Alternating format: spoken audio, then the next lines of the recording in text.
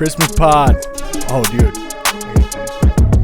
All right, it is 1:20 p.m. Monday, Boom. December 23rd. Have a holly jump. It's the Christmas episode of Let's go. The AC Sports Podcast. I'm Derek Ahlswede. I'm Ross Field. We're in 4K today. I was recording in HD. Oh, we stepped We're up. bumping it up to 4K today. Okay. Sorry to everyone out there. Christmas up. We're recording on a Monday. Hanukkah episode 2. Ramadan, I don't know. Holidays. Whatever floats your boat. Recording on a Monday. So we're missing out on one game this week. Ooh, it could be a good one tonight.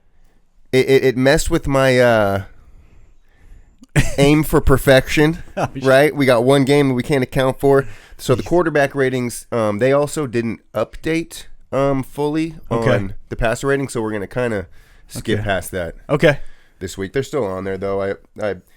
What I did with our list is I reduced it back to the guys who were actually playing, where I threw everybody on last week, so I don't know. Whatever. Okay. We got the point differential power rankings. Nice. Still. And, yeah, we'll go from there. We got our schedule. We got some fun media stuff to talk about today. Yeah. Potentially, if you want to. Sure. It's up to absolutely. you. Yeah. Where are we at? It's Christmas, Ross. What's your feeling around the holidays, my man? Are you big into them? When you get older, are they kind of like, eh? Yeah, that's a great question. You know, this year I feel like everything's been late. So like Thanksgiving was later on in the month of November.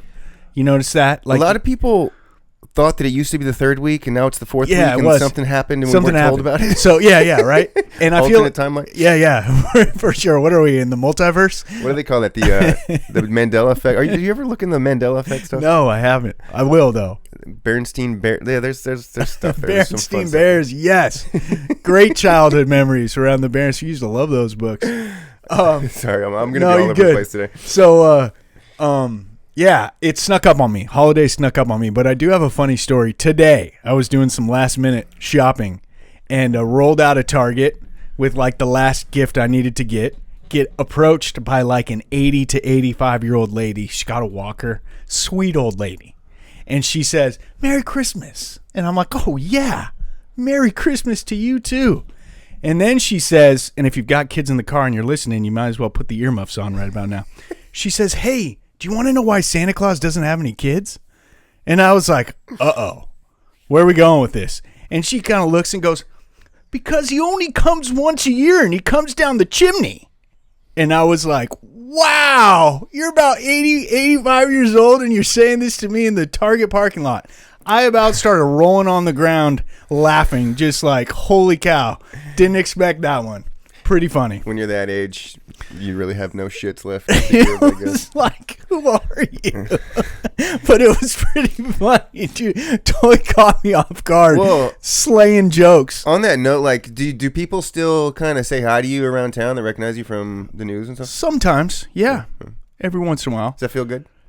Yeah, it's nice. Especially when the conversations, you know, I don't know, just like normal and candid. Sometimes it catches me off guard, but yeah, it's always sweet, you know, to have an interaction with somebody who appreciates your work or something like that. How much does that go, wanting to be a broadcaster, how much is like, I want to be on TV, go into it? I assume for some it doesn't really at all, and for others it's like a big factor.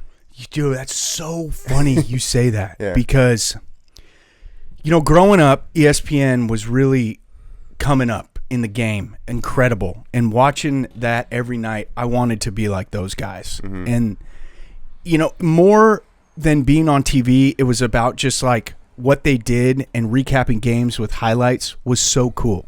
Yeah. I spent a lot of time working in production before I got on air at Action News Now, right, and learned the ropes. And through that time, it was like, I want to be on that chair, I want to be on TV also. In the sense that you wanted to kind of move up, though. Not that, like, I want to get in my face. I want it, like, the vanity of it or the ego of it. No, they're not much of that at all. Just like, you know, being there working at a job and trying to elevate to get to a point of where I wanted to be. So, like, I wanted to be in that anchor chair talking sports. That was something I wanted and I coveted ever since I was really young. And when I finally got there, there was definitely part of this, like, hey, you know, to my friends or to my family, like, check me out, like, check out what I'm doing. I'm on TV. Proud of it. But dude, so fast, within 6 months, it became like such a bigger deal, realizing that I've got an opportunity to make a difference in a community here and tell stories that matter to people. So when the emails start coming in like, hey Ross, I've got a daughter who's 6 years old. She's partially blind. She's wrestling against boys and she just won her first medal at a tournament. Yeah. You're like, okay, this is way bigger than anything going on with an ego side of things, of like being on TV telling stories, you know, look at me. This is about telling stories that matter to the community and, you know, filming games and doing stuff like that. And quickly, you know, you put all your effort into like, I want to make a difference. Well, and that's the advantage of being a local broadcaster is you're doing national and local. Absolutely. So if you're on ESPN, I mean, they'll do spot stories here and there about like, you know, and I saw watching Hard Knocks last night, there was the kid that Jamar Chase is you know, met up with who has cancer, and you see stuff like that a lot. But yeah, that's so interesting. Like at the end of the day, you still are a reporter reporting local stories. Yeah. Are you? Like, is that a yes, well, a necessary part of the job? Absolutely. Every day, every week? Like, did you have to like go on assignment or something? Like, oh yeah. Okay. You know, how our department operated was you need to have, you know, local stories every day, whether it's a feature story or whether it's a couple what we call VOSOTs, just quick little snippets about something and then a soundbite. You know, our news director was like, if you do a show, you know, that's not around the holidays about like national sports, you know, like we're going to talk to you about that. You need to make sure you're on, you know, the push to get something local because that's what matters to our community. And you're right. Like that's the benefit of being in a smaller market is the opportunity to do stories that matter to the community. Whereas when you're in a bigger market and, you know, we're talking like, I mean, San Francisco, you probably don't see very many local stories, even in a big market that's not ESPN or a television station that's in a big market that's not ESPN. You know what I mean? It's like KTVU, you know, Channel 2 isn't doing local spots every day. Yeah, interesting. You know, because they've got to cover the Niners. They've got to cover the Giants. They've got to cover the Sharks. They've got to cover the Warriors. They've got to cover all the professional teams in the area, and they only have so much time to do that. There's a real advantage to it, like creatively almost. Like you have more creative kind of opportunity. Yeah. And, you know, that's why new media and podcasting is so awesome because we have complete control over every single thing we do. Yeah. And like, you know, it just leaves things so wide open for, you know, as we continue to do this.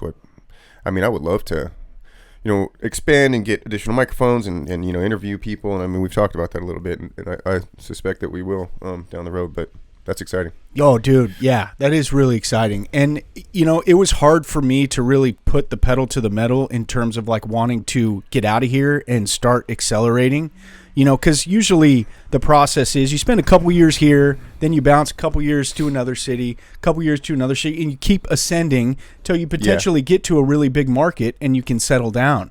I had a hard time wanting to do that because I fell in love with the Chico community and the surrounding areas. You know, it was like I can see that. I got, you know, everything here that I could ever want to do, and I've got a community that at least seems like they appreciate the stories that I cover that matter to these people. And like it was, you know, I could literally roll over to Pleasant Valley High School, walk into the AD's office, Pam Jackson, and be like, hey, I want to talk to so-and-so. They're going to be our Subway Scholar Athlete of the Week. Can you pull them out of class? She would go pull that student out of class. I could interview them for 5 minutes, spend 20 minutes filming some B-roll, jet back to the station, put a story together. I mean, I can't do that in another market. I had established like so many networks and so much like communication with people that it made the job sort of easier to do, and it gave me an opportunity to do it faster so I could cover even more stories. And that was like, dude, that was what was up. It was like, can I get this at another market? I could, but I'd have to start from scratch. Yeah. And interesting. And Chico's like, you know what's tough though is you get into a bit of a conundrum because when you're in a small market, it's hard to make a living. You know, like you get paid a lot more in the bigger markets. Right. When you're in the smaller markets, like you're not getting paid that much as an entry level, or like just even a reporter that's been around for a long time. You're still not making as much money as you would in the bigger market. So it's hard to sustain a living as you get a little older, which is so frustrating, and not the way that the television landscape used to be. Like in the 90s, you know, there was some big money for everybody. And then things kind of changed. They started like, you know, hey, you need a one-man band. We're going to eliminate some positions here. How can we be more effective? How can we be more efficient? It's just, and now it's totally like that. You know, these young reporters are doing everything without much help. I relate to that, the kind of more deeper, richer kind of community involvement, but less money. And how those things can kind of sometimes go together. So like when I went back to like get my degree when I was 31 years old, right? Left a corporate life on track to do great in wireless and like, you know. Okay. Good for you though. Seriously. But I didn't really, it was just, I was following intuition. It was just like, it was really like, I don't want to just be a guy in a system. Like I want to like, basically get to something like this where I'm like, it just took me forever to figure out what to do and how to do it. But what I did was basically, you know, I came back here and just started working like after school programs and coaching and then subbing and just piecemeal like a 40-hour week together with that. So, you know, very little money, but like the variety of it, I was like all over the you know, every week, like in classrooms throughout, you know, I didn't really do elementary, but, you know, secondary schools and over, like I did that over like 9 years pretty much, and never taught for real, never wanted to, just like wanted to keep my freedom. Like, if I don't want to work that day, I don't have to, stuff like that. But it was really about becoming as involved in the community as I could, right? But making a sacrifice in a lot of ways financially to do that. Right. And it's just something told me, like, this is the right way. And it was like, you know, coming off of a UC humanities degree, it's like, I'm just like, it's not anti-capitalist, but it's like, fuck that. Like, I got to do things without thinking about money and see what happens. Yeah, you follow know? your passion. And sometimes you don't really know if you're making the right decision. It's like, it's not like it was all super well thought out. It's like there's a lot of gut involved. Yeah, agree. But then like your gut is based off of your education and your life experience. So it's not like that comes from nowhere. Obviously, I mean, gut is, I don't know. Anyways. No, I admire that, dude. It's good for you. Capitalism or making money versus kind of an enriched experience with society. It's like, it's hard to match those two up, and often you have to sacrifice one for the other. Yeah, well, and it's a very interesting argument. You know, like, do you follow your passion or do you follow the money? I mean, there's some interesting conversations around that. And everyone's goal is to combine the two. Yeah, right, you know? Right, yeah. And the American dream is that, and like people say that's dead, but it's not. You still totally can, and like it's harder in certain ways, but dude, I used to, man, one of my favorite elements about being a local reporter was going into kind of like the untapped areas in the North State where our signal reaches, and that is technically their local news, places like Weaverville or Fall River. Like I'm talking like 2-3 hours away from Chico. Yeah. And I would go on a trek. Like one year, this guy, Jace Neugebauer, broke the state record high school passing yards. Granted, this was like a Division 5, Division 6 school. Not the greatest competition, but this dude was an absolute stud. And it's a pretty big deal when you break the state record for passing yards over the course of a career. So I drove up to Fall River, you know, like hours on the road. Rolled into town, you know, went to the school, interviewed the kid. The dad took me out to get a burrito, was so pumped that the news was there. You know, he was the coach of the football team as well, so he was coaching his kid. The Neugebauers, dude, Jace Neugebauer, great kid. And, like, I still communicate with that family. Like, his dad still sends me text messages every now and then, you know? And then it's like that area, that night, all those people in that small community, what news station are they watching? Yeah. You know? So it was a boost to kind of like the ratings to tap into those smaller areas in and around the Chico-Redding market and cover stuff that mattered to that community. Yeah, I was thinking about that when you were talking about Chico and your access to,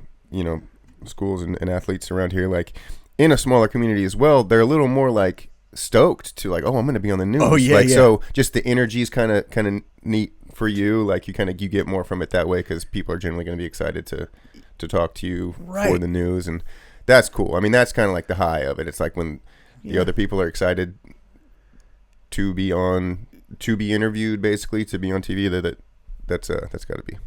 Yeah, it matters a little bit more to them. Right. And yeah, that it creates a fulfilling experience as a reporter. Absolutely. Right. Just a little bit more. Yeah. So totally agree. It was fun. Those were fun treks, dude. Good personal holiday chat to start the pod. We went long on that, but that was nice. All right, let's get into our point differential power rankings. Okay, dude. By the way, I'm going to stick look, chat. That's what people call the listener now, chat. I'm using point differential very intentionally. Like I'm riding this thing till the wheels fall off year after year. I think it really, really matters.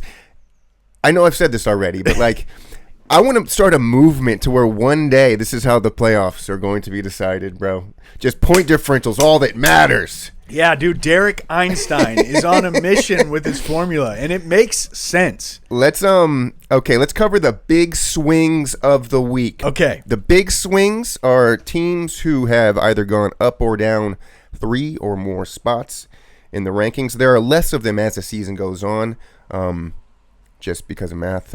Numbers don't fluctuate as much. Big swing of the week. Let's start at the bottom. The Las Vegas Raiders. Now, this is interesting. A lot of controversy about the Raiders' win this week against the Jags. Whoops. They jumped up 3 spots from 31 to 28. Yeah. Do you know what team their head coach played for in his NFL career? He was the New York Giants, Antonio Pierce. So a lot of people are like, his head coach hooked up his old team, but letting him get the number 1 pick, potentially. I do wonder what's going on behind closed doors between him and the GM. There seems to be a little, like he mentioned the GM's name, like ask so-and-so, like, you guys think about losing? But it's just this whole concept of tanking, and we know what tanking is. We see it in the NBA has owned that. And and then they made a lottery out of it, but so it's just not straight up who's the worst team gets the first pick, but still people are going to tank so they can get a better odds at the lottery. So it doesn't really dissuade teams from tanking. In the NFL, like it's been just commonly known, like you don't tank no matter what. Like it's just there's something to the limited games, the intensity of the games. It's like you can't just give up in the NFL. It doesn't matter unless you're the Niners. Zing. Well, just one guy. So it's just an interesting conversation. It's like technically, a lot of fans are like, fucking Raiders. They only win when they're not supposed to and lose when they aren't supposed to as well. But so fans are kind of justifiably upset because you are going right. They bounced from like 2 to 6. That still could change over the next couple of weeks, and we got, Shador and Cam Ward are just like the obvious picks here. Will Cam drop to 6? Will Shador drop to 6? Right. Probably not. I like Cam better than Shador, by the way, but we'll talk about that. I would agree with you on that. Yeah. I don't want the baggage of Dion.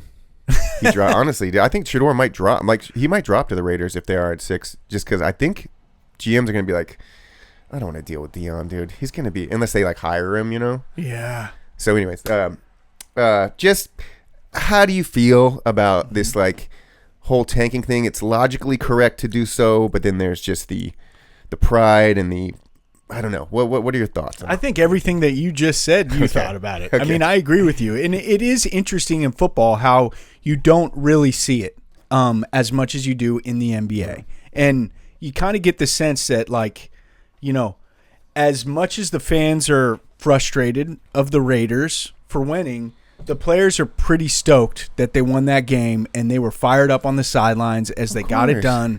And, like, the locker room was lit up afterwards. I saw some clips. They're excited. So they're not thinking about how high they're going to draft, And then it's just like kind of insane, like, to get the energy from your fan base is like, oh, you should have lost. It's just it's a weird energy. I don't know what you do about it. I kind of like the norm, the mentality of like, You play to win no matter what. There was a game, I want to say a couple years ago, like Lovie Smith coach team in the Texans, where it was like they won on like a literal last second play to bump down. Okay. I should have researched that, but it happens. I mean, it happens a lot. And end of the day, teams are always going to try to win, no matter the scenario. We saw the Cowboys, playing their hearts out last night against a Bucs team that really needed to win. It was unbelievable. So Cooper Rush, dude, he's earning a paycheck, is what he's doing in the second half. Somebody's going to sign him as a backup. I'd give him a shot. And he's going to make, he's earning some money. He's experienced, he looks good. too. He's getting a good, valuable experience. Well, speaking of QBs, the Raiders situation's interesting because do you think they've given Aiden O'Connell much of a chance to really cement himself as potentially a guy that could lead them?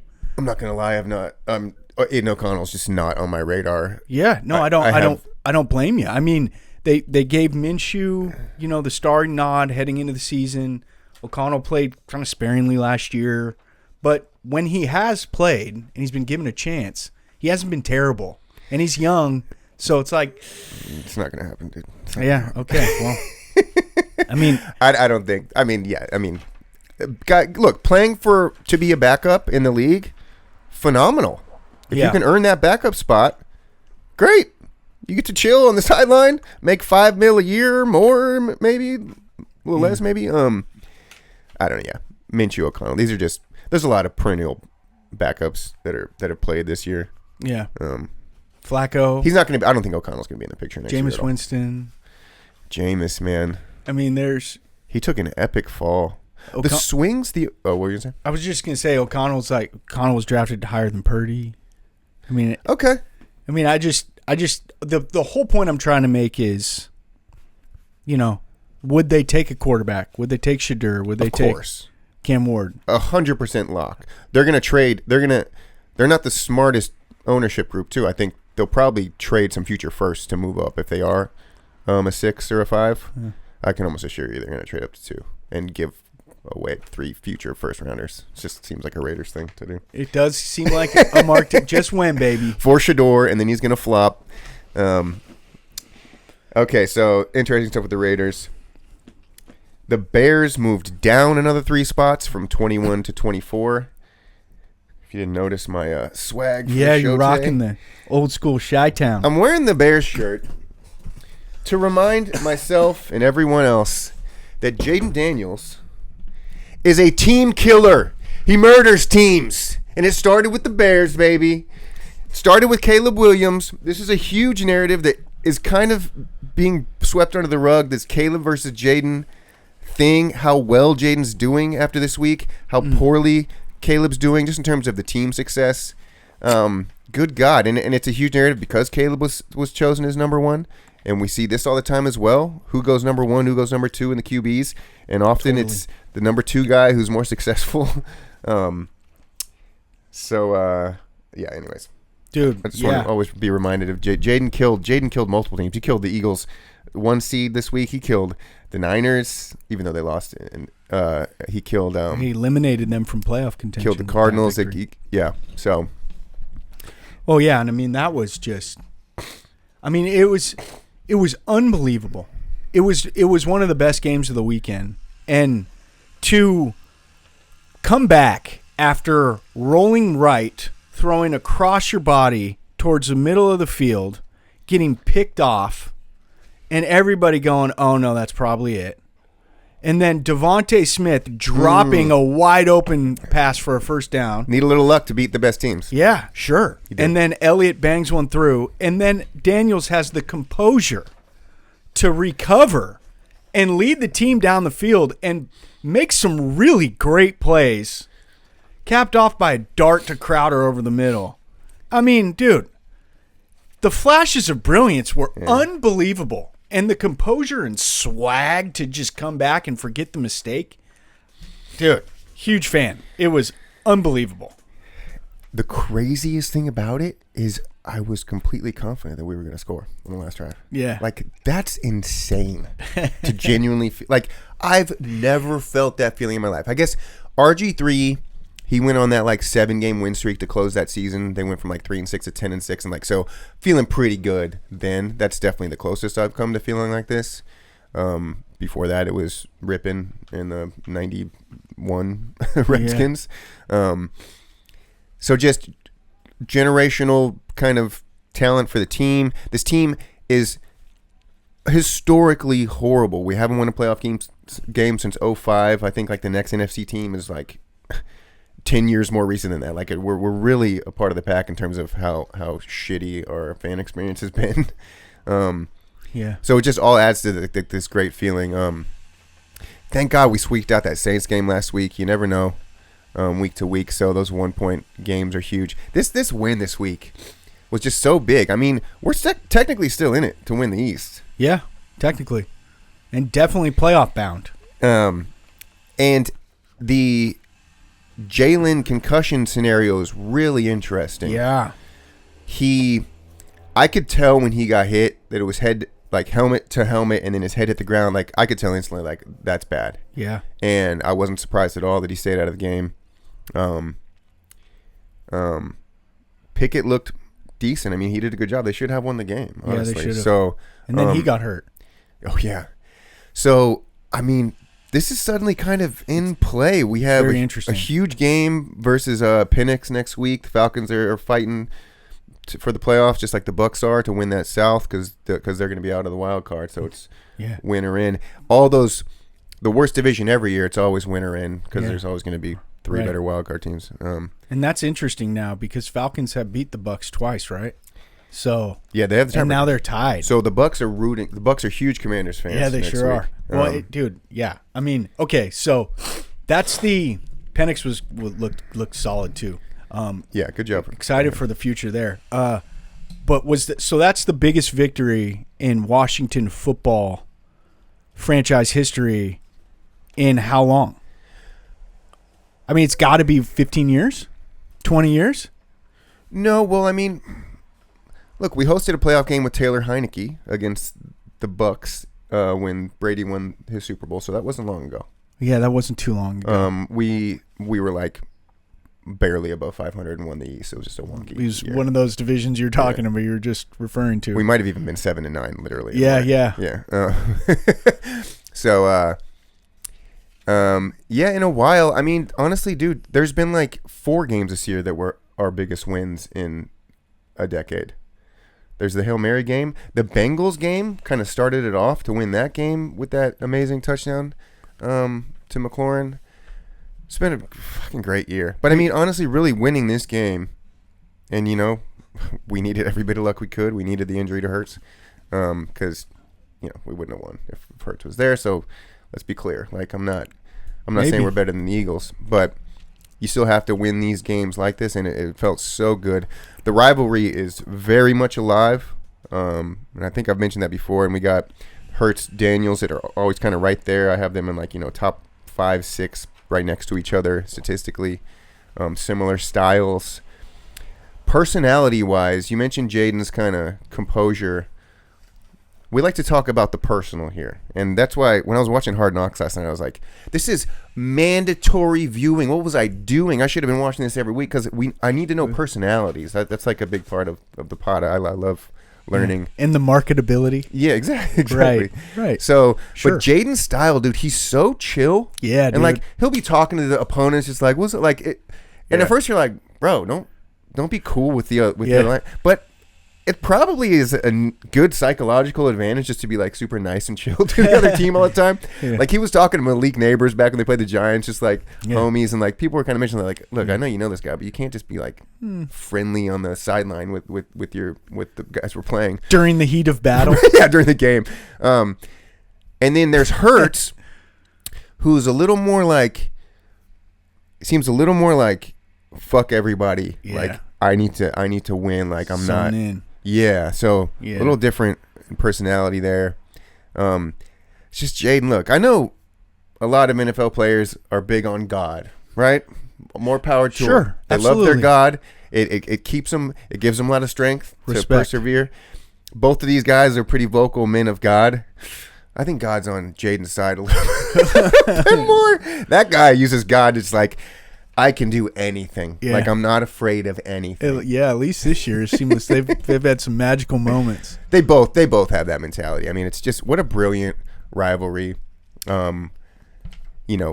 Redskins Cowboys has been the historical kind of big rivalry, but that hasn't really been alive much for a while, to be honest. And Eagles and Commanders have always played good games. So this is it, man. Beautiful win. 5 turnovers. Still win. The only 2 games where the team, or there were 2 games this year where a team had 5 turnovers and won. There's the Goff 5 pick game where they won. That's incredible. One thing you do see in Hard Knocks is after the game, like you see interactions between the quarterback position, games over, you're walking out on the field, you're congratulating your teammates, you're congratulating the other players. You always see those cool quarterback interactions. Russ is in one in Hard Knocks where, what's up, keep going, good job, man. I think it might have been against Jalen Hurts. He's such a cornball, but it's like, you know what? I accept you, Russ. Yeah, like, sure. You're doing well. You're a true veteran now. I'm happy for you. Yeah. Took a couple L's recently, but they're still in first place, which is kind of nuts. Yeah. I really liked the part when him and his wife Sierra were helping out the local Boys and Girls Club in the Hard Knocks episode. He's a good guy. Yeah, he's like, he's doing a good job acclimating to the Pittsburgh scene, it seemed like, and those interactions are cool to always see, professional athletes make a difference in the community. So, gained a little bit of more respect for him. 100%. Ooh, teasing a future maybe segment here. Okay, what Hard Knocks real quick. Yeah. What if Mike Tomlin was the head coach of the Ravens and John Harbaugh was the head coach of the Steelers? That's where my mind went last night when I was watching it. That's an alternate universe that just couldn't happen. I refuse. Well, didn't we start the show with that? Yeah, true. I was telling you, I mean, getting insight into Tomlin is so valuable. I mean, it's valuable to get insight into all coaching with Hard Knocks shows. Right. And a lot of the times you see coaches kind of show their ass. Usually Hard Knocks covers a team that's maybe not as good, and you really kind of see the flaws of coaches. You sometimes. Do. So it's special to get a Hard Knocks into the more elite teams for sure. They've never done a 4-team. Like, I'm so fascinated by the Hard Knocks production team. Now they've multiplied their task by 4. Yeah. Well, they're covering division, right? So, 4 teams. They're on 4. Like, it blew my mind how well they turned around one team. So, did they multiply staff by 4, or did they cut down the amount of time they spend with each team by 4? So there's less footage that they're putting together from each team. Like, I don't know how that. I have so many questions. I wish I could. And I wish we could have whoever produces Hard Knocks on the show. That's a great point. I didn't necessarily think about that, and I should have thought about that. I mean, their editing turnaround time is exquisite, and how they're pulling that off, week to week, is pretty damn impressive. So one of the things I've learned here recently is that turnaround time is that's the moneymaker, bro. That is the moneymaker. With the shows, you got to be able to get it out. And you're doing an amazing job with it. Oh, stop. We're just getting started. AI. I got to lean on AI. As a one-man Maybe Hard Knocks production teams lean on AI a little bit. Oh, the light bulb just went on. But just like how every major media company is dealing with AI now, who knows? Like, are they using it to edit now? Maybe. I mean, they have access. These are the wealthiest entities in the world, like Warner Brothers, right? HBO. They have all the resources and money to use like the top of the line AI stuff. Ooh, I wonder. God, man, we need to have somebody on that knows this stuff. That would be cool. We love some production. A lot of inside baseball chat today. First, you with the news. Okay, Falcons drop. What else do we have here on the power ranking that's worth noting? A lot of double-digit loss. 1, 2, 3, 4, 5. 12 lost teams, a 13 lost team, 3 11 lost teams. I don't know if that's normal or not. A lot of big lost teams this year. I'm going to talk about the NFC West every week because it never fails to be mediocre. Okay, let's segue into the point differential versus reality playoffs. Okay, I haven't phrased it like this yet. What I have here is I have each division. The first team is who would be there if it was based on point differential. The second team is who's actually there. So we look at the NFC West. Okay. Technically, the Cardinals still have the best point differential in the NFC West. They are eliminated. Seahawks right beneath them, and we're talking look 0.13 for the Cardinals, negative 0.07 for the Seahawks, and then the Niners and Rams both minus 1.2. Jumbled. So interesting. The Rams are technically have the worst point differential in the West, even though they're kind of running away with it. In reality, interesting division. I'm gonna remember this division. This 2024 NFC West is like, just such an interestingly middle of the road division. Yeah, and all four teams middle of the road. Unfortunately, the Cardinals Rams game that I was excited for this week it won't matter. Cardinals eliminated. We do have a huge divisional game next week. Is it the Broncos? Shit, I'm gonna have to skip past that unless you want to pull up the schedule for next week. Broncos are at the Bengals. There's a big playoff implication game next week. Oh, you got the picks right there. Cool. I'll run through the Packers Vikings. Oh, is that next week? That's going down. It's going There's down. another one I want to say in the AFC. I'm gonna read while you look at that. I'm gonna read off the point differential versus reality playoffs. So, AFC North, it's the Bills for both. The Texans are both in the AFC South. The Eagles are both in the NFC East. And this means they have the best point differential, and they really are in first place. And then the Lions have both in the NFC North. But there are three divisions where it doesn't match up. In the AFC West, the Broncos still have the best point differential. They are a 7 seed in reality. Yeah. In my system, they would be like a 2 seed? 3 seed? 3 seed, yeah. Ravens would be a 2 seed. Bills are 1 seed. In the AFC North, the Steelers are still in first place. The Ravens have now overtaken them in point differential. The Ravens are finally kind of where they belong. They are 5th in point differential. They've been hovering around 10th all year for me, or just statistically. Yeah. So they're kind of where they're at. The Steelers have fallen mightily. They're down, tied for 11th with the Chargers, clinging on to first place, but we're not surprised if the Ravens take that over in the next couple weeks. The other division where it doesn't match up, I mentioned the Cardinals have the best point differential in the NFC West. And then the NFC South, the Buccaneers have far and away the best point differential, although the Falcons have the advantage right now. The Falcons, I have at 20 overall, and they're moving up. And the Bucs are still a top 10 team, even after last week. So that's the team for me, the Bucs, that if they don't make the playoffs is a real heartbreaker.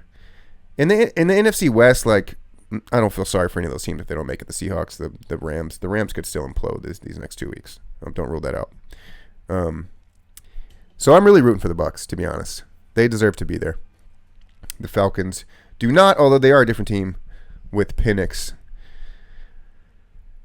How are we? Did you or do you have the schedule for next week in front of you? Did no. You see? Okay. Oh, well, the games you may have been referring to were Chiefs Steelers or Ravens Texans. Those seem like the ones that have the most. I swear there's a play. divisional game. Check it out. Maybe you're missing one. Yeah, I don't. So one thing I was just thinking about is point differential is interesting because, like, if you look at the teams that win a lot the previous year, because of how the NFL sets up the schedule, those teams that are more competitive end up having a tougher schedule going into the next season. There's some formula that the NFL uses. Well, the next tiebreaker for playoffs in reality is strength of schedule. So once after head to head, the number 2 tiebreaker is strength of wins over opponents. Something like that. Which makes sense. But the point I'm trying to make is you may have, if you're basing this off point differential, you may have like a team like the Broncos who may not have done very good last year and have had an easier schedule this year, are playing lesser opponents, so their point differential may be better than a team like the Chiefs who won the Super Bowl and have had a tough draw of like non-division matchups because the NFL does the schedule like that where they're going to take the teams that were really good the year before and create non-division matchups to be tougher. So if we're looking at point differential, factoring in strength of schedule is important for sure. Right. Yeah, for sure. No, but it needs to be said. And my thing with point differential is that it matters if the Broncos go into Tampa and win 26-7 instead of 26-24. Like that matters to me. It does, and it also matters if the Panthers lose to the Commanders 40-7 instead of battling back and kind of scoring a couple touchdowns. Like all that stuff kind of matters in terms of the quality of a team. You got to factor in the full 60 minutes for me. If a team's giving up, like that matters. If a team's battling back, if a team isn't winning big, it does matter. I agree with you. Cool. Okay. I think teams play close games too. Like the Chiefs have had a propensity to play a lot of close games this year.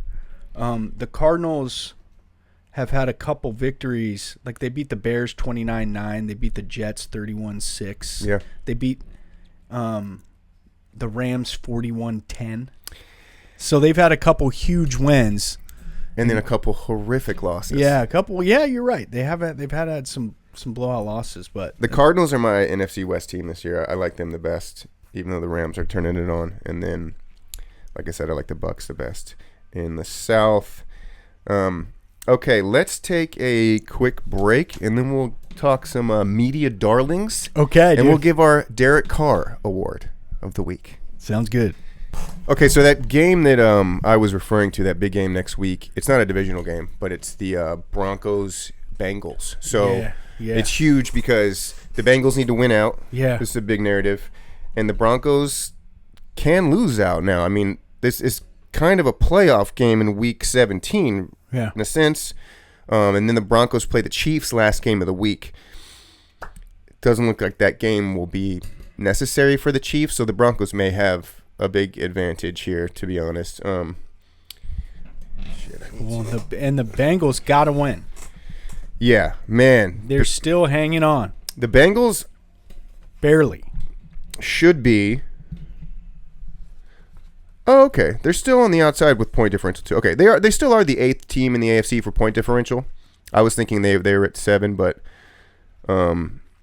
Chargers and Broncos have been there all year at the wild card spot. And then the Steelers and Ravens are swapping, though, it looks like, potentially. It's so funny you just mentioned that, like playing the full 60 minutes matters. Do teams like tank in the fourth quarter, or do they let their foot off the gas pedal or whatever?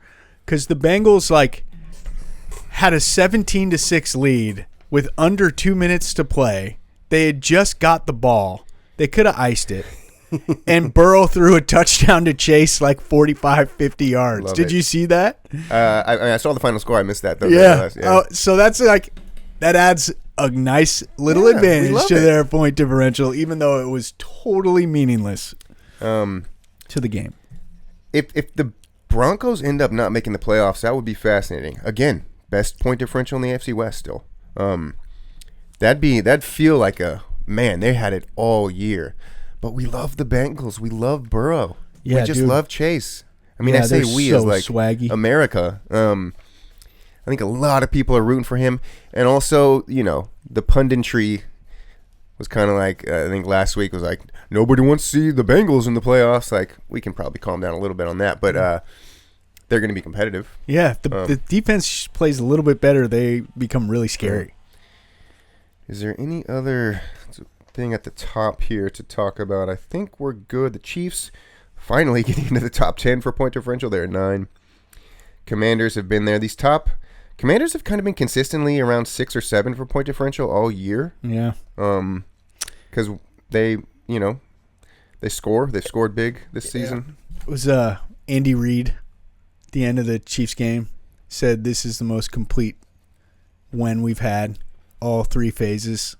It was oh, shoot. Reid said that about the Texans game? Yeah, the Chiefs beating the Texans. If that's the most impressive win they've had, then he said not very we impressive. Competed. He said something like this was our best one in terms of all 3 phases, playing well. And it's look out. Not worried about them. They're coming. Other notable thing, the Vikings move up into the top 3, bro. We have Lions, Bills, Vikings now. Eagles bump down one. Look, dude. I mentioned it last week, but Okay. if we have a fucking 2-loss team at the 5 seed, then the rule has to change, bro. Yeah. I can't stand it. We don't have to belabor it again this week, but just something has to tip the scales. If we have a 15-2 team at the 5 seed, we have to change this, dude. Yeah. It's not okay. Yeah, it's I frustrating. refuse to let this continue. It's not the first time, though, you know. I mean, it happens every year. You just mentioned Taylor Heineke, you know, led the Washington to a first-round home playoff game. They were probably 7-9. I guarantee that year there was an 11-5 team or a. It was the Buck. They played the Brady Super Bowl Bucks. They hosted them, or they, yeah. Anyways, Vikings up there. Yeah. Let's move on to our media darling of the week. Now, we can just talk about media in general. There was a little bit. Oh, we got some. Honestly, it's good news. It turns out, if you watched any of the reels online, we talked about the Aaron Rodgers Enigma documentary. Ross mentions that, hey, I compiled some footage from Action News Now back in the day, got some views, but he hadn't seen the doc yet. So he goes in, watches the doc, and calls me and is like, what the fuck? This is the footage that I compiled. You want to kind of quickly tell just your little mini journey of this? Yeah. You don't have to if you don't want to. Yeah. I rolled in last week recording the pod. You were obviously super excited about Enigma, and I had been a knucklehead and hadn't watched it yet. But somehow, like, I don't know if the universe was speaking to me or something, but one thing I was, like, mentioning, you know, as we were talking about it was before I left Action News Now, I compiled a highlight tape of all of Aaron's local good stuff from his days playing at PV and Butte, and had put it on YouTube. And had not seen Enigma yet. So then I watch Enigma that night, and I noticed that, like, there's all these PV and Butte College highlights that they're showing. And I'm going, wait a second. Like, there's nowhere else that these could have came from. These are the highlights that I put together. Yeah. And I'm kind of like, they keep showing them, and they keep showing other stuff too, like this whole, they took literally everything from that video, but they don't give any credit to the news company in the credits after the first episode. Now, obviously, I don't own the rights to those highlights, and in the post description of the video, I write that and say, you know, Action News Now, KHSL, KNVN owns the rights. Right. So I'm like up in arms, like, man, this is messed up. I start contacting a few people I know from the news station, including one guy Chad, who filmed some of that stuff. And I'm like, hey, have you seen this? And he's like, yeah, this is messed up. But then I continue watching Enigma, and sure enough, the third and final episode, they do give credit to KNVN and KHSL, which is good. But yeah, I was a little frustrated that they didn't shout out the news station here in town that had the rights to that footage. And essentially, like, if you don't do that, it's illegal. So it was like, man, this is crazy. I almost even felt like emailing them, like, give the local news here in town a little love for having the rights to this footage that you're using. There was a little contention and drama there for a minute until, well, how many hours did it take for you to realize that it was mentioned after epised 3? And so, like, I feel like there's a little period there where you were like, you felt that way. Yeah. Well, I didn't.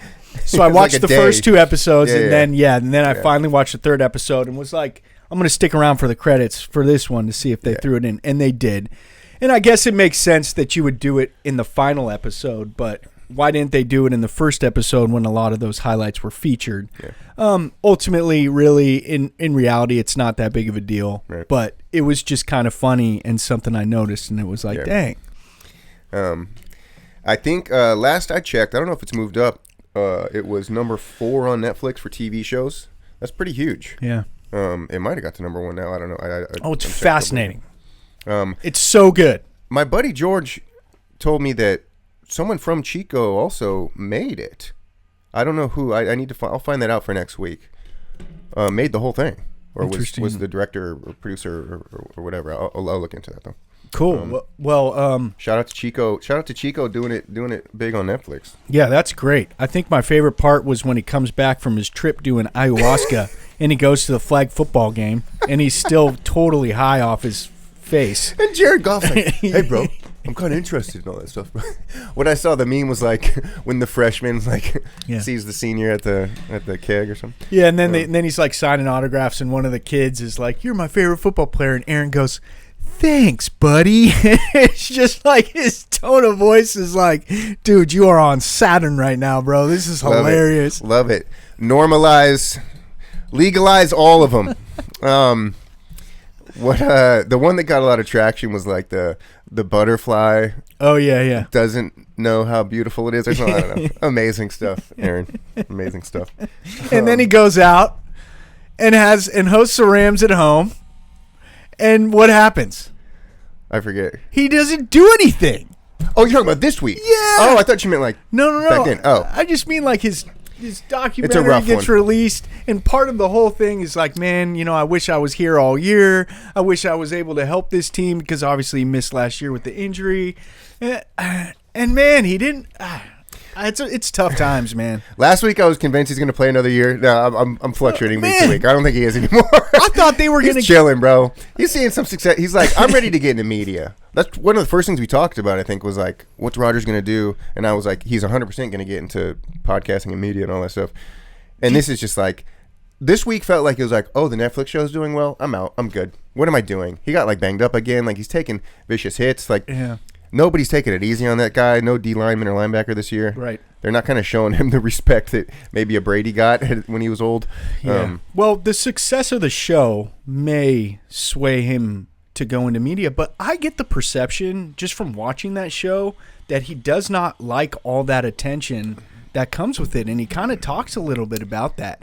Even though, and I think you're so right about, how he would be phenomenal if he went some sort of like independent route away from, corporate stuff, but I don't know if he's gonna. I don't know if he wants to do it. He loves the attention. Come on, that's what the ayahuasca is for, so he can learn how to love himself and like, which is a great message, by the way, because sometimes like being ambitious, trying to do big things, like we don't achieve things just because we tell ourselves. Kanye is also kind of giving that message, like and there's something very real to that, and like as we age. It's honestly something that you can learn about in your 40s. Like, oh, shit, I need to not just believe in myself, but like genuinely love myself more. And that's going to open up kind of bigger things for you. So I think that's his whole ayahuasca trip, is to allow himself to become more exposed to the public while still feeling like, while being able to love himself and drown out all the noise as it gets bigger. So. It could be, but he states deliberately multiple times that he wants to be a private person and he doesn't like the attention, even though in a way I kind of agree with you that he sort of loves the attention.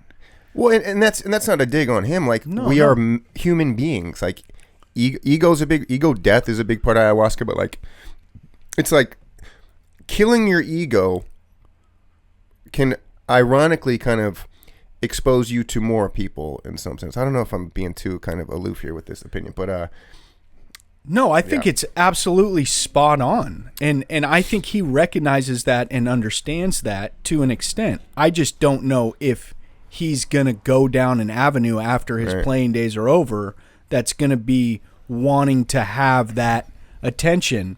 As long as he owns it, 100% he will. He won't go work for Fox like we've mentioned before. He's not going to do that. He's something independent. But like I think he owns that production company that put out the Netflix show. I'm pretty sure. So yeah. Well, we'll see. I mean, it's interesting, and of course he's still on McAfee. He's still doing stuff that's putting him kind of front and center. So he gets 10 minutes on our pod every week. You know? Well, we're at a Chico. We got it. I mean, dude.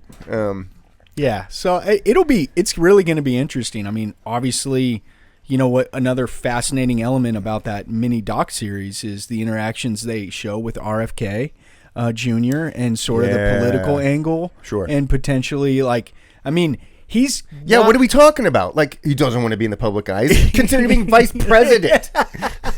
Well, the point that I'm trying to make is he's going to have a lot of avenues to explore. Or maybe he'll go to Costa Rica and he'll just be doing something on his own, filming himself and chilling. By the way, Kennedy won, essentially, when Trump won this election. Like, yeah. That's good for It Aaron. is. Yeah, potentially anybody that's associated Kennedy's with him. there, bro. He's front and center in the administration. Yeah. For real. Yeah. If January 6th goes through this year, we'll see. Yeah. Every 4 years, it's a... What's going to happen on January 6th? Who knows? Yeah. You know what Rogers is? The aliens might strike on January 6th this year, literally. So that's where we're going. You know what Rogers is? He's an enigma, man. No. Okay. So my enigma, the real enigma, who's been mentioned this week, Joe Burrow. What a fucking enigma. Yeah, he is one. I don't know if you saw the clip I sent you where he's on that Ryan Clark podcast, and by the way, Aaron's enemy. Ryan gave him the business. I had some interesting chats with friends about that this week because, like, Ryan Clark is an amazing guy. Yeah. And I learned, like, I'm riding with my boy in this beef, dog. You're going to talk shit about my boy? I'm riding with Aaron until I might die. I might go down in flames. But very interesting beef. You're of the opinion that Aaron's not making himself look too good in this situation? Well, I mean, I felt like Ryan brought up some good points. He's a great guy. Ryan Clark is a great guy. And I mean, I can understand sort of both sides of things. But yeah, it is funny though that, Rodgers torched the Pittsburgh secondary in the Super Bowl. That's and what Ryan Clark was a part of that. So yeah, did you hear the story? And Clark could have a little bit of a vendetta over that. No, he's publicly come out about that, where one of the touchdowns, Aaron turned to him and said, "Just missed it 2-5," and it drove Ryan Clark insane, and then they lost the game. That's where all this comes from. You think so? Well, no, it's on the record. That's where this comes from. And Ryan Clark came out and said, "I want to fight him." Literally on like ESPN or something. Oh, well, I've also seen a lot of clips where he's complimentary of Aaron also. So, I mean, bro, he's just mad that Aaron diced his ass up. Well, yeah, I guess. 2011. In Clark's, spiel to Aaron directly, he, mentioned that I've got the same amount of Super Bowl rings as you. He diced his ass up, though. Okay, to an extent, but there's also a lot of other things that Clark points out that are like he makes some good points about some stuff. And, obviously Clark's not going to go down as one of the greatest safeties to ever play the game. You don't and think Rodgers is going to go down. No. I do. Ryan Clark? Yo, yeah, I think he's an all-time guy. No way. Okay, interesting. No way. I mean, how many Pro Bowls did he make? That's a great question. I don't even think of him as in the breadth of like an Ed Reed or a Ronnie Lott. Oh, I do. I mean, yeah, interesting. You're talking like Rodgers is going to be like top 5, top 10. I don't know. I mean, interesting. Yeah, I'll look into that. I'll look into Ryan Clark's. No, I was putting my Mount Rushmore together, and I was like, I mean, because Clark is, he's just known for some of the most vicious hits in like kind of modern times, right before kind of rules were changed. Honestly, I think there's an argument that he actually was the kind of tipping point to get rules to change. But yeah, I forget who was my I had Sean Taylor, Ryan Clark, Ed Reed, Ronnie Lott was my safety Mount Rushmore. I could be wrong about Clark. No, I could be, yeah. Okay, so we are on Media Darling of the Week segment. We're just kind of talking about media in general. I mentioned Burrow. I mentioned him in comparison to Josh Allen. He's like Josh Allen with a dark side. Yeah, Batman, Owlman. Yeah. Did you know Owlman existed? I Googled superhero villain doppelgangers and got this list of like. So that's what Burrow and Allen are to me. They're both kind of like simple dudes. Just similar players, I think, honestly. Maybe Allen can run a little better, but I really kind of pair those two together in a lot of ways. My actual darling of the week. One Pro Bowl. Clark. One. No way. Yeah. Oh. Yeah, I'm telling you. Will you do me a favor? Sure. Will you look up, or you probably know his name. I'm really bad with names. I'll get better at this. Who's the Browns player who won the Walter Payton Man of the Year award? The Browns number 31 player. on the Browns. He's like a DB. Not can edit this. Wait, like last year? No, this year. They showed it on Hard Knocks. Oh, okay. I must have missed that. I don't have my phone on me. We're gonna take some internet breaks this pod. I got it real quick. Thank you. Anyways, he was on Hard Knocks and he started some foundation. Really cool guy. 21. This is the guy I was thinking of. Denzel Ward. Yeah. Yeah. Number 21. I'm going to put him as my media darling of the week. I know Hard Knocks came out a couple weeks ago, but I just shout out to him winning Walter Payton Man of the Year award, and he's kind of on my radar now. He seemed like an awesome dude. Yeah. What they showed on camera. He just instantly became like a guy that I really like, and I'm going to kind of follow now. Oh, he's a dog, too, on the field. Yeah. He's one of the best corners in the game. Well, I don't know what his contract situation is, but we got Lattimore. Lattimore's been huge for us in 2 games. I feel like Ward is on that shitty Browns team. Yeah. Lattimore got some PIs. No. He had 3. The A.J. Brown-Lattimore battle is what is up, dude. It is awesome. There was a PI that he got where Brown, there was some really trickery. Brown was actually holding the inside of his pads. So Lattimore was like, get your shit off my pads. But Lattimore got the penalty. Yeah. I love those little battles when it's such a tight matchup. You have to, oh shit, we got the, pause. Oh no, is that going to be how long is that recording? A while. All right, well. I mean, it was subtle. It just got louder. Okay. So I think it'll be fine. Forgot to close the window here in the studio. Yeah, Denzel Ward. I'm gonna go with him as my media darling of the week. Do you have you really talked? You gave your media story for this week, so if you don't have anyone, that's fine. We can move on to the. Yeah, my media darling is Aaron Rodgers. Okay. The Derek Carr Award. Put some respect on his name this week.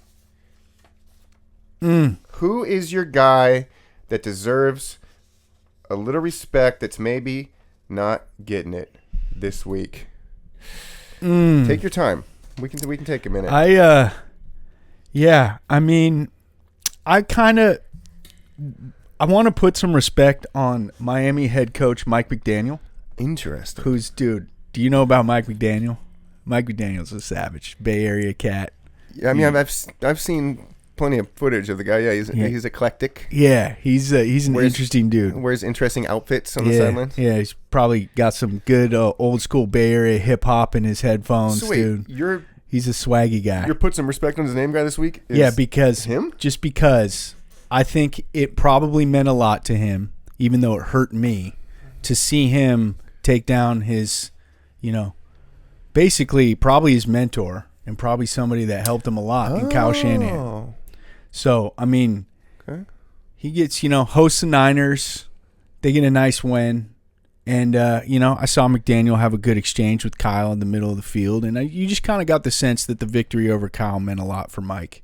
And so, I think I give him a lot of credit. I kind of felt like the Niners were going to give up, a better fight.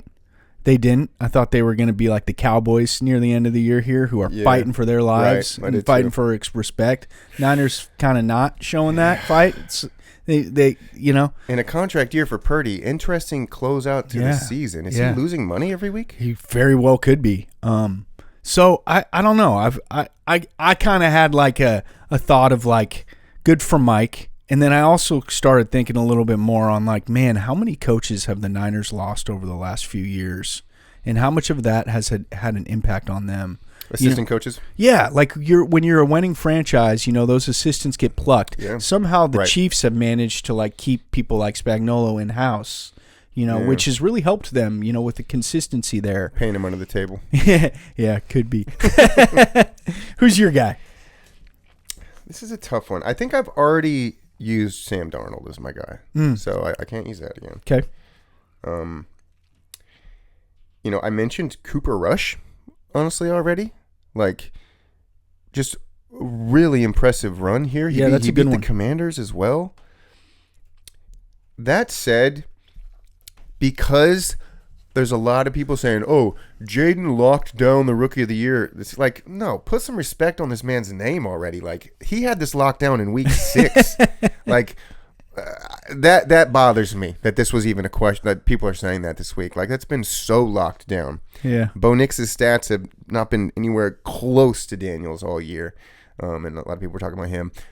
That Bowers, people were talking about might be rookie of the year too. Like, yeah, Bowers is a stud for sure. Yeah. But like, put some respect on Jaden Daniels' name as a top 6 guy, bro. Yeah. I'm saying it. Yeah, I would agree with you now. Although Bo leads in some offensive quarterback categories like yards or yards per attempt or something. But I agree with you. I mean, that's a good pick this week. I mean, the man had 84 yards rushing, 82 yards rushing in a 5-touchdown game. Yeah. Yeah, What? Dude, some of the runs he ripped off the late in that game were brilliant, dude. Like, only other guy moving like that, I dare say, is Lamar. Yeah, at quarterback. Yeah, that's making those cuts. Yeah, there's a smoothness about the way Jaden operates when he's running the ball too. Though Lamar is more like just fast. Ferocious. Yeah. You know, Jaden he's kind of swaggy and smooth. You know what that is, and this is what. Does he do salsa dancing?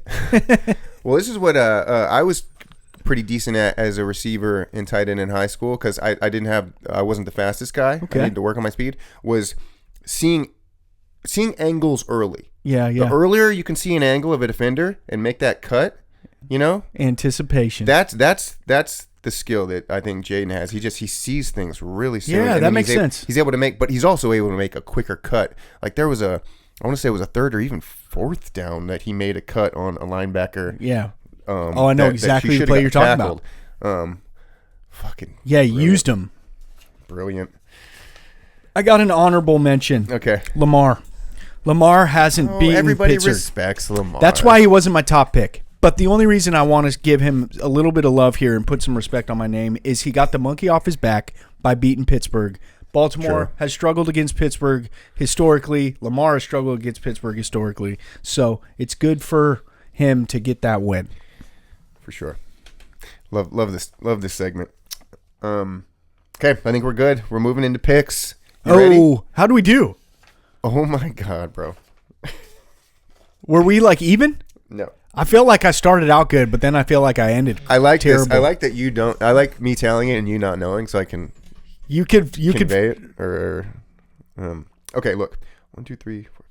Your first 7 picks nailed. Nice. 7-0 to start. God, I should have bet. Your next 8 picks failed. You went 7 in a row and then lost 8 in a row. Yeah. So you went 7 and 8. There's still another game tonight that we're not going to be able to get to, Saints Packers. That said, I went 5 and 10 again, dude. Not bad. I went 6 and 10. I'm like impossibly bad at this. Oh, it's hard, dude. I'll figure out my technique at some point, but I remember thinking on Saturday after the Saturday games, I was like, dude, I got all these 3. I should have done a 3-game parlay on the early slate games of the NFL weekend or the NFL week, I should say, and I could have nailed something. You went 10 and 6 last week. I went 6 and 10. I'm looking at multiple 6 and 10 weeks. We just started doing this last month of the year, but we'll continue to into the playoffs as well. Yeah, I mean, it is what it is. Let's move into 8 in a row. Yikes! It's fun. It's fun telling. Okay, let's start with the lighting in the studio isn't the best. Let me see. We got Christmas games. That's right. Christmas games this week. We have Chiefs Steelers. Chiefs on the road, favored by 2.5. What do we got? Wednesday game, Christmas game, early game, the 1:00 game. Oh, Eastern Pickens time. is going to be back. They're saying Yeah, buddy. that helps. Steelers at home. Steelers, man, are they fading? Nope. They lost to 2 very, very good teams. The overrated Ravens. Over Ravened. Over Raven. What do you like? I'm going to take the Steelers. Plus 2.5? Mm-hmm. Yeah, I'm riding with the Steelers too. Not just because I don't like the Chiefs. I like the points. I like this being a less than a field goal game. in Pittsburgh with Pickens back. That's a huge reason. I forget if I mentioned that in the pod or off pod. I mean, he's going to get you 2-3 big plays every single game, he and Russ. Yeah. So, I mean, that's gigantic for them. Commands attention. Is this the week that Mahomes sits too? I mean, you got a bum ankle. You go out, you play on Saturday. He looks pretty good, but there were a couple times where he got up and you could tell he was in some pain. So now you have another short week. Well, we talked about that. I mean, this is Netflix first live streaming NFL game. There's no way he can't miss. Yeah, the powers that be won't let him. Great point. Okay, both have Steelers there. Ravens favored by 5.5 in Houston. Ravens. Tank Dell, tough injury for Dell. Tough receiver injuries all year for Houston. Dude, that was heartbreaking seeing Stroud crying like that. And dude. That was crushing, dude. It was like, dude, look how emotional he is for his boy right now after they hooked up on a super slick touchdown. And that, dude, disgusting, too. They're going to be playing inspired ball. Ooh, they could. The Colts are not out of the playoffs yet. Colts? Ravens. No, this is Ravens, I see. Texans. Yeah. So my bad. I'm just thinking like, if the Texans, that's it. I mean, the Texans, I'm going to say they're 9-6 maybe, but they still don't really. It's not really a must-win game for them. Ravens are still battling for the North. I'm gonna go Ravens minus 5.5. You said Ravens. I did, okay. But I could very well see like the way that the Ravens have played this year. You know, they've got to be feeling real good right now, but they've had some sort of slip up games. You know, this they does really kind of have feel like a 3-point win, maybe. It could. I don't Houston. know. It could be one of those weeks where like, you know, it's like the Browns beat the Ravens this year. You know what I mean? It's like they've had some bad losses. Yeah. But I feel like they're playing their best ball. And you know what's really helping them is their defense finally started to show up. You know, Roquan Smith is a dog. Speaking of Hard Knocks, dude, that guy is an animal. It's funny how the culture of certain teams just kind of reproduce the same mentalities. Like he's such a Ray Lewis, and they talk about that in Hard Knocks. Yeah. And they're making plays right now. So you know what? Stroud's going to get sacked. This feels like, are they going to win by 6 on Christmas? They're a little tired. I'm going to go. I'm switching Texans. I think it's more of a 3-point win. I can see that. 3-point win. I'm going to stick with the Ravens, but I could see that. Next, we have the Seahawks favored by 3.5 in Chicago. Seahawks still fighting for their lives. 3.5 favorites in Chicago. Chicago, really tragic year for them. Got whooped up by the Lions. I played Baker over Goff in my fantasy semifinal. Thank God that pulled through last minute. I was sweating this week. Pulled it out. What do you got? Bears plus 3.5 hosting the Seahawks. I think Caleb Williams is going to have way too much fun on Christmas. And considering this is a day after Christmas game on a Thursday. Oh, Thursday. Wow. I'm just kidding. But I think I'm going to take Seattle. What's the spread? 3.5. I'm going to go Chicago. They need to play a good game here at some point. And I actually kind of, I don't know if you're joking. I do kind of like that. There's a little more spotlighty element to the game this week, day after Christmas. And I think Caleb might kind of pick it up for that. He's okay. You were joking. He's on prime time. I think he's just going to have a little too much eggnog. Poor guy. Slanderous. No. I mean, he's young. He's going to be enjoying Christmas. Who'd you have? I'm taking Seattle. Okay. Chargers, Saturday game. 3 Saturday games this week. Wow, we're really spreading it out Christmas week. Chargers favored by 5.5 in New England. New England. I did pick them against the spread against the Bills. Proud of that. I said May was going to kind of step up. I feel he's trying to be Josh Allen someday. He thinks he is that guy. So made a couple great throws. They got off to a really, really great start against Buffalo.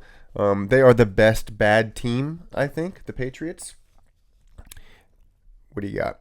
5.5. Chargers getting 4.5. Or favored 5.5. You got 4. I got 4.5. Okay. Well, we'll go. Do you mind if we go 5.5? No. Okay. Go with what you got. It's interesting that it's tightened up since then. Yeah, no, people like the Patriots. I mean, I'm going Patriots just off of that. I'm taking the points.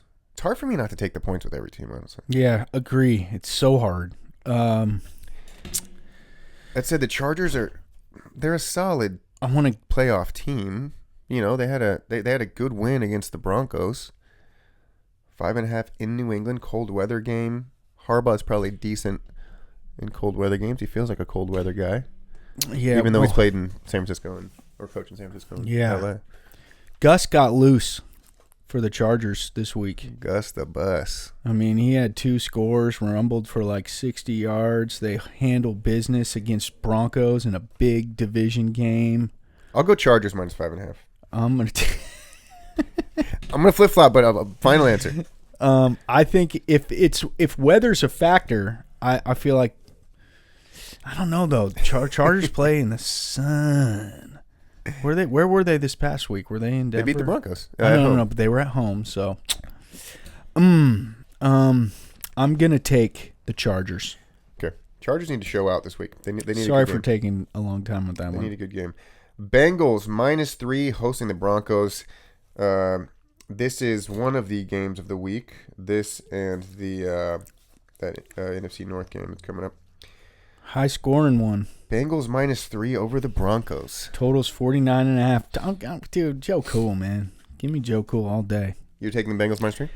Yeah. Their defense played better, but of course, you know, they were going against Dorian Thompson-Robinson, but still. I'm rooting for the Bengals, but the bottom line is that they've been struggling all year. They kind of got lucky in that Cowboys win. So even when they are winning, you know, obviously they've been on the wrong side of close games all year. I think the Broncos make a statement. They knock out the Bengals for good this week. I'm going to take the Broncos +3. Cardinals, last Saturday game, night game. Cardinals out of it now. This game doesn't matter. Rams are still favored by 5.5. It does matter for the Rams. They're still got to make sure that they win this division over the Seahawks. That seems like such a high spread, though. Well, I was going to say low. Cardinals aren't playing for anything anymore. Oh, well, I don't know. That doesn't stop a young team that often. It's a division game, so they're still rivals to a degree. When we talked about football, you know, the teams fighting for high draft picks. Doesn't matter. They're fighting still out there. You know, they're not going to give in to get that top pick. The problem is the Cardinals, look, you got to – they kind of either win big or lose big. They do. Or at least they're prone to that. So except for an overtime game this past week. Unless you think – well, they still lost by 6 in that overtime. Yeah. So just, you know, related to a spread like this, unless you think the Cardinals are going to win outright, in my opinion, I'd probably take the Rams. So I'm going Rams -5.5. I'm going to take the Cardinals. I think it's going to be close.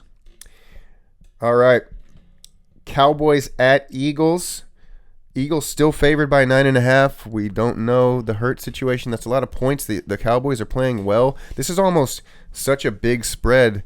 It's in that Vegas knows something we don't territory because the Cowboys are playing well, dude.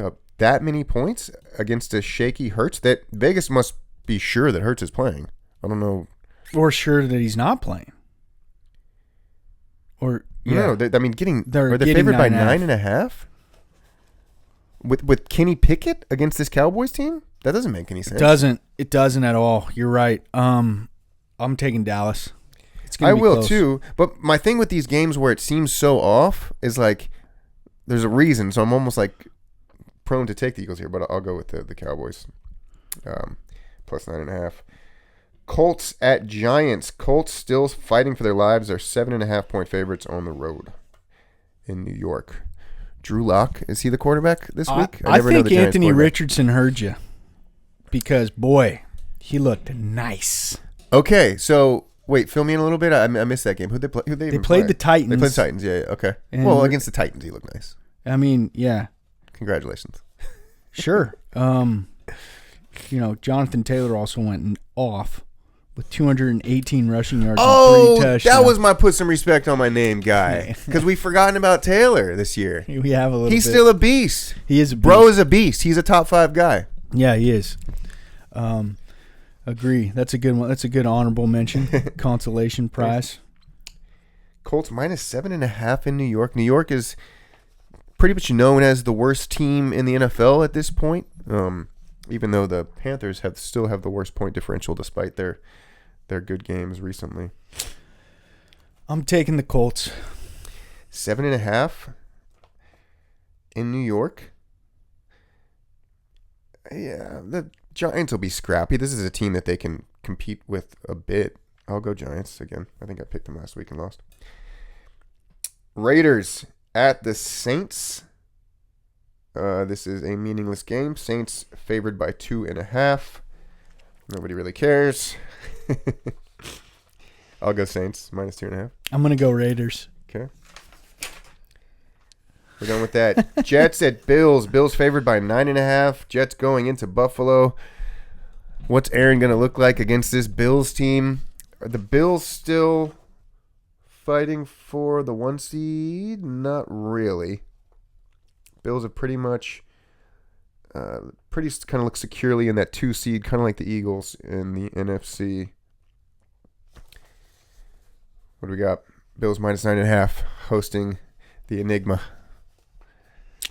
The spread's gone up to 10 on ESPN. Okay. Battle of New York. So the line's moving towards Buffalo.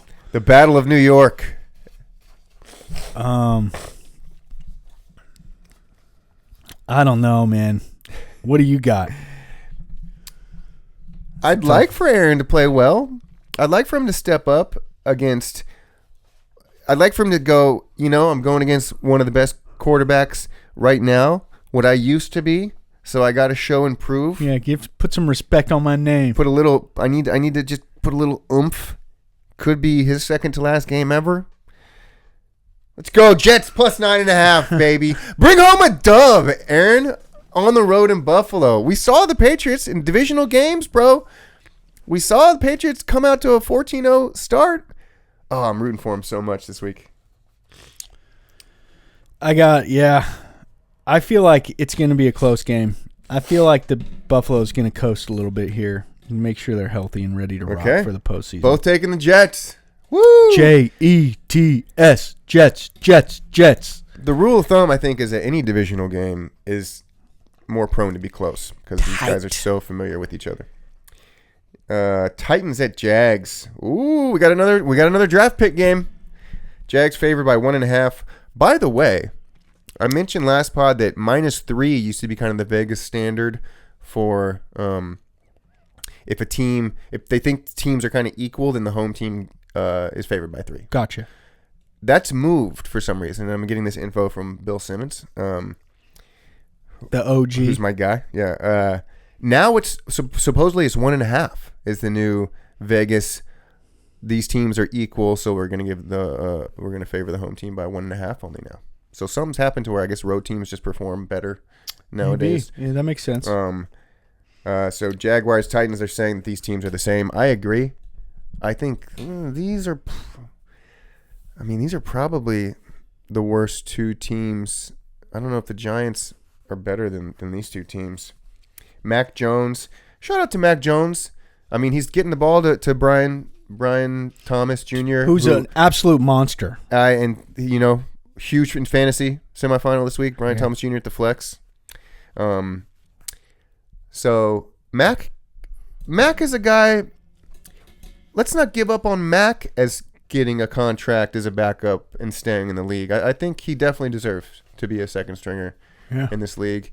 And he's not winning the Jags games, but didn't he played the Vikings really close? Yeah, didn't he? I don't know if I think he did. No, that was his first game. I think he did. So that said, I'm big on Mac. The Titans.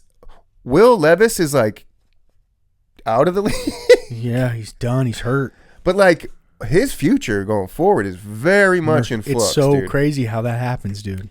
Dude, I'm glad you brought that up. One of the things in the NFL this year that I've noticed is like, we saw Jameis kind of riding high, and then 4 weeks later he's out.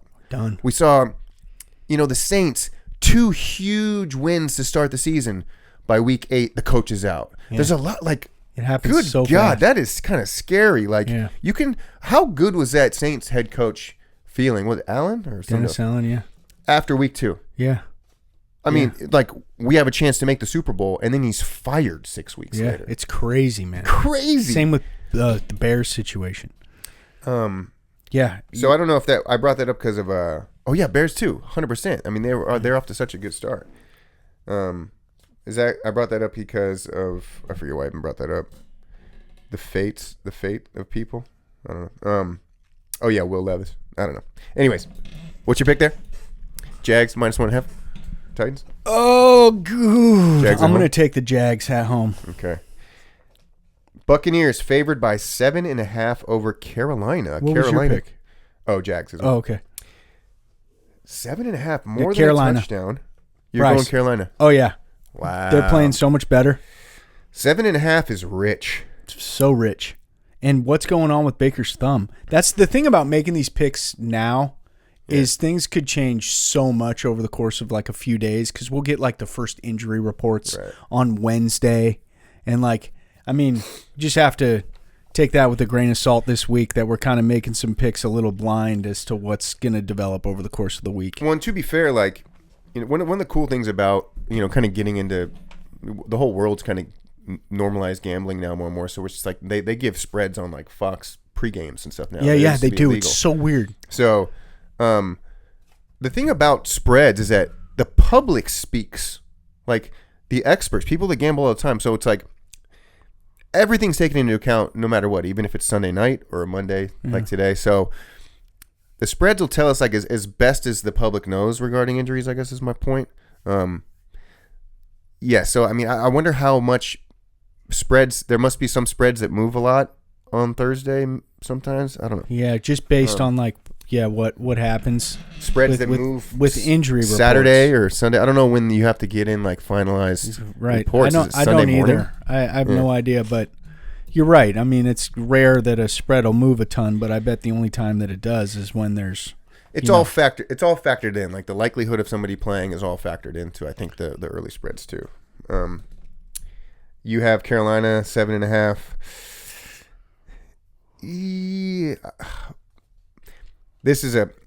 I'm gonna go Bucks.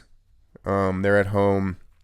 They're gonna have to turn it on big time. They're pissed off right now. You know. Yeah, they know that they're the best team in the South, and they're sitting in second place right now. I'm gonna go Bucks -7.5. Dolphins favored by 6.5 in Cleveland. Dolphins. I'll go Dolphins as well. Packers. Ooh. Oh, this is fascinating. Okay, so here's the other game of the week.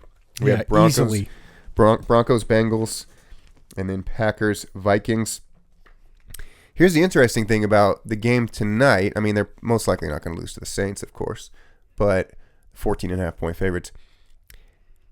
The Commanders are, I mean, I'm rooting against the Packers tremendously. I mean, we have a chance to move up to the 6, which puts us now, that's a huge difference playing the 3 seed versus the Eagles at the 2.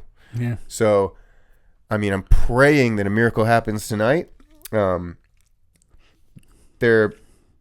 Vikings are favored by 1.5, so they're saying these teams are equal. Yeah. Say they lose this game, then that puts them at 5 losses. And if we win out, I wonder what the tiebreak is between us and the Packers. The Packers might have us because if it's strength of schedule, then they played the Lions and Vikings 4 times combined this year. But did they lose to those teams? They did. They haven't beat the Packers didn't beat the Lions or Vikings yet this year, I believe. So we'll see. My point is, I think we're kind of sitting pretty, the Commanders, if we win these last 2 games. And the Packers lose this one to get the 6th seed, which would be gigantic. Now we're playing either the Rams or the Falcons or Bucks, you know. Yeah. So. Or Seahawks. Going with your heart, you're taking the Vikings. Yes. Because you want them. Yes. To win. And I'm really bad at this, so yes. No, there's nothing wrong with that at times. You know? Come on now. Who you got? I'm taking Minnesota too, dude. They just find a way. Put some respect on Kevin O'Connell's name. For real. Coach of the Year. Commanders, interesting. Oh, I thought this game was in Atlanta. I know. Commanders at home. I'm surprised the spread isn't higher. This was flexed to the Sunday night game. Exciting stuff. Beautiful. At the AC. Penix Daniels, rookie Exciting QB battle. AC Sports game. We love that Penix is there now. Jaden versus Penix. Symbolic of this great rookie class, these young quarterbacks. It looks like Penix. We have a new rookie QB ranking now that Penix has played one game and won and looked well. Are we putting Penix above anybody? Are we putting him above Caleb? Or you're not putting him above Bo? You can't do that yet. Are you putting Penix above Drake May? Just Not like in yet. terms of what you think. Not yet. Kind of next but year. I need a little bit more of a sample size, but Penix showed out in his first game, and that's a good sign. Do you like Penix more than Caleb already? Yes, I do. Tough beat for the number one overall pick. Mm-hmm. Great rookie class. Great rookie QB class. You know what's interesting is there was a rookie class with Trevor Lawrence, Justin Fields, Trey Lance, and who's the other one? That was Mac Jones? Mac Jones also, but he was taking the 13th pick. Zach Wilson. Okay. Trevor Lawrence, Justin Fields, Zach They weren't all Wilson, the same year. Trey Lance, all the same year, all top 5 picks. Mac Jones was taken 13th. Do you remember? I need a fact check from the audience. Oh, dude, fact check it. I'm telling you. Trevor Lawrence, Justin Fields, Zach Wilson, Trey Lance, all top 5 picks. That is not only not this from class. That is not this class. all not only from the same class, 4 of those guys taken in the top 5 picks, and then Mac Jones taken 13th. Everybody and their mother was like, "This is the greatest QB class to enter the NFL." Was everybody and their mother saying that? Yeah, dude. When was the last time you had 4 quarterbacks taken within the top 5 picks of the draft? I think that's more a sign of the times and the forever heightened value of drafting a quarterback. Yeah. That's just, every year over the past 10, 20 years. That's a reason. That class is a reason why it hasn't happened since. But, I mean, that class, it's not like anybody – I mean, I guess, like, Mac did decently with the Belichick Patriots, but not really. Like, none of those guys had a great first year like we're seeing from some of these guys. Yeah. That's all. I think Mac led them to the postseason. It's close. I mean, he made the Pro Bowl by default because, like, a bunch of guys didn't play ahead of him. He had that infamous. I think that was the last Pro Bowl game where Mac Jones had like a 60-yard run in the Pro Bowl and no one cared. He just let him score. That was funny. Yeah, that ended the Pro Bowl. Mac Jones ended the Pro Bowl as we know it. Yeah.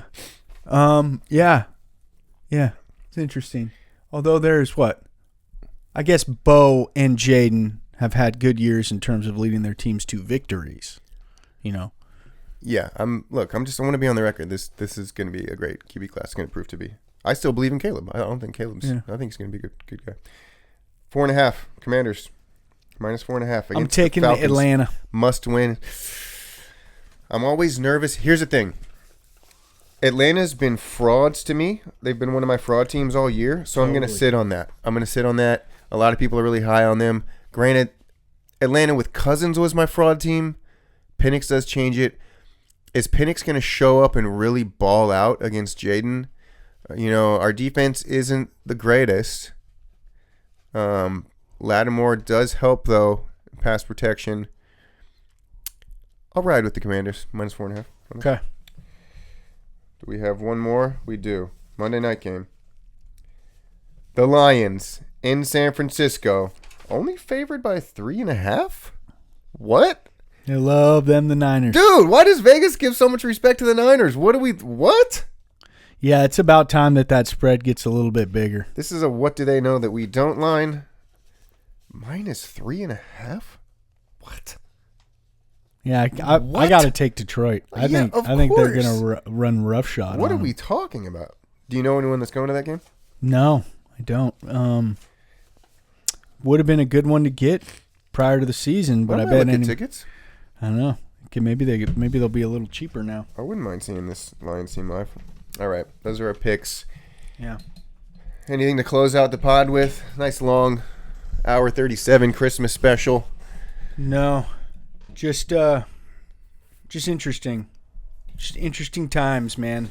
2 huge games to look for here, or 3. We'll throw the Commanders Falcons in there as a huge game with implications. AC Sports podcast on YouTube.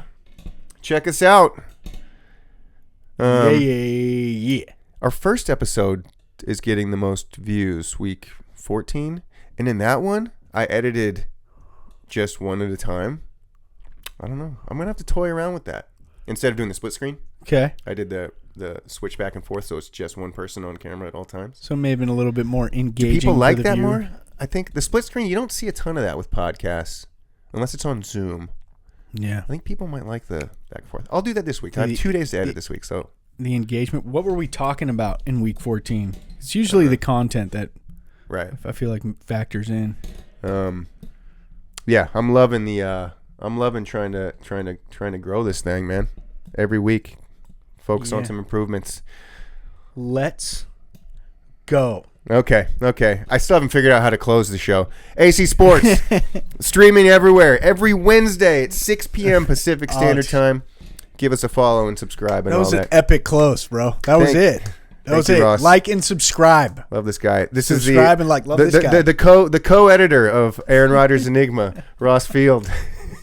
Dude, my buddy Chad literally filmed all that Lions All-Star football coverage that they show in that where Rodgers is passing balls to like guys with different helmets. It's literally like a practice leading up to the Lions All-Star football game.